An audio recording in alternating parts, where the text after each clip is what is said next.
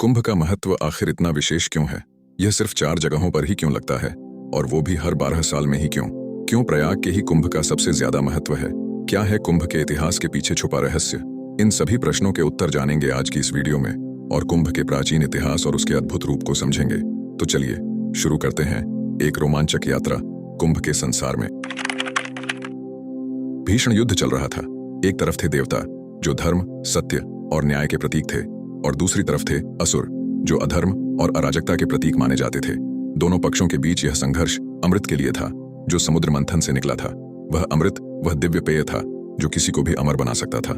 समुद्र मंथन से अनेक दिव्य रत्न निकले, जिनमें सबसे महत्वपूर्ण था अमृत कुंभ। कुंभ का शाब्दिक अर्थ होता है कलश।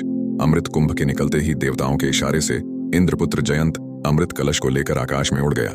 उसके बाद दैत्य गुरु शुक्राचार्य के आदेशानुसार दैत्यों ने अमृत को वापस लेने के लिए जयंत का पीछा किया, और घोर परिश्रम के बाद उन्होंने बीच रास्ते में ही जयंत को पकड़ा। तत्पश्चात अमृत कलश पर अधिकार जमाने के लिए देव दानवों में 12 दिन तक अविराम युद्ध होता रहा।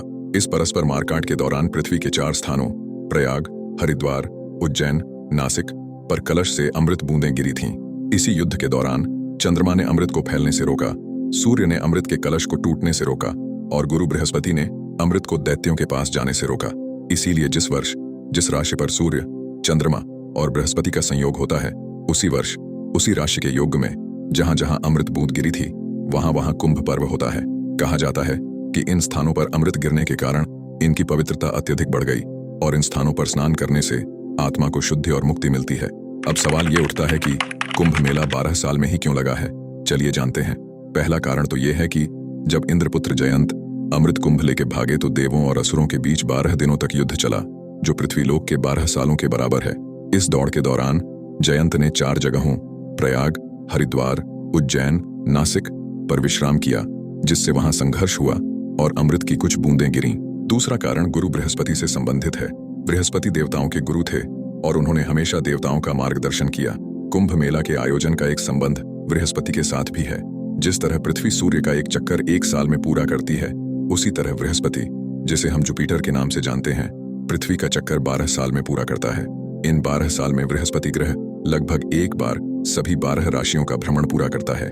इस कारण से कुंभ मेला हर 12 साल में एक बार आयोजित होता है, जब बृहस्पति ग्रह सही राशि में होता है और साथ ही सूर्य और चंद्रमा की स्थिति भी अनुकूल होती है। तो यह समय धार्मिक दृष्टि से बेहद शुभ माना जाता है। यह समय होता है जब लोग अपने पापों से मुक्ति पाने, पुण्य कमाने और आत्मा की शुद्धि के लिए पवित्र नदियों में स्नान करते हैं। ज्योतिष शास्त्रियों के अनुसार मेष राशि के चक्र में बृहस्पति एवं सूर्य और चंद्र के मकर राशि में प्रवेश करने पर अमावस्या के दिन कुंभ का पर्व प्रयाग में आयोजित किया जाता है। एक अन्य गणना के अनुसार मकर राशि में सूर्य का एवं वृश्चिक राशि में बृहस्पति का प्रवेश होने पर कुंभ पर्व प्रयाग में आयोजित होता है।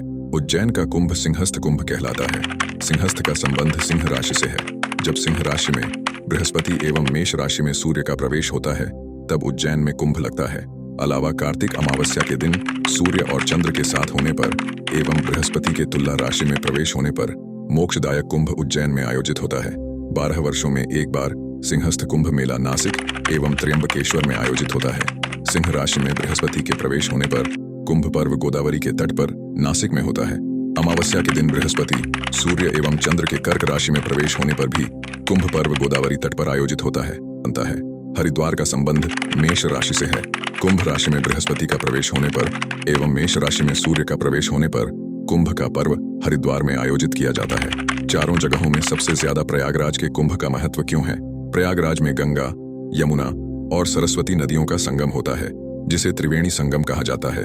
हिंदू धर्म में त्रिवेणी संगम का अत्यधिक महत्व है, क्योंकि यहाँ स्नान करने से पापों से मुक्ति और आध्यात्मिक शुद्धि की प्राप्ति मानी जाती है। यह स्थान पवित्रता का सबसे बड़ा प्रतीक है, और यहाँ स्नान करने से पुण्य की प्राप्ति होती है। त्रिवेणी संगम के कारण ही प्रयागराज का कुंभ मेला इतना महत्वपूर्ण माना जाता है। ये भी मान्यता है यह अमृत की पहली बूंद गिरने का स्थल है। कुंभ मेले में कई लोगों ने अलौकिक अनुभवों का दावा किया है, जैसे कि दिव्य प्रकाश देखना या किसी अदृश्य शक्ति का एहसास होना। अगले वीडियो में हम आपको कुछ ऐसी ही सच्ची कहानियां बताएंगे जिसमें लोगों ने कुंभ की शक्ति को अनुभव किया है। तब तक के लिए हर हर महादेव।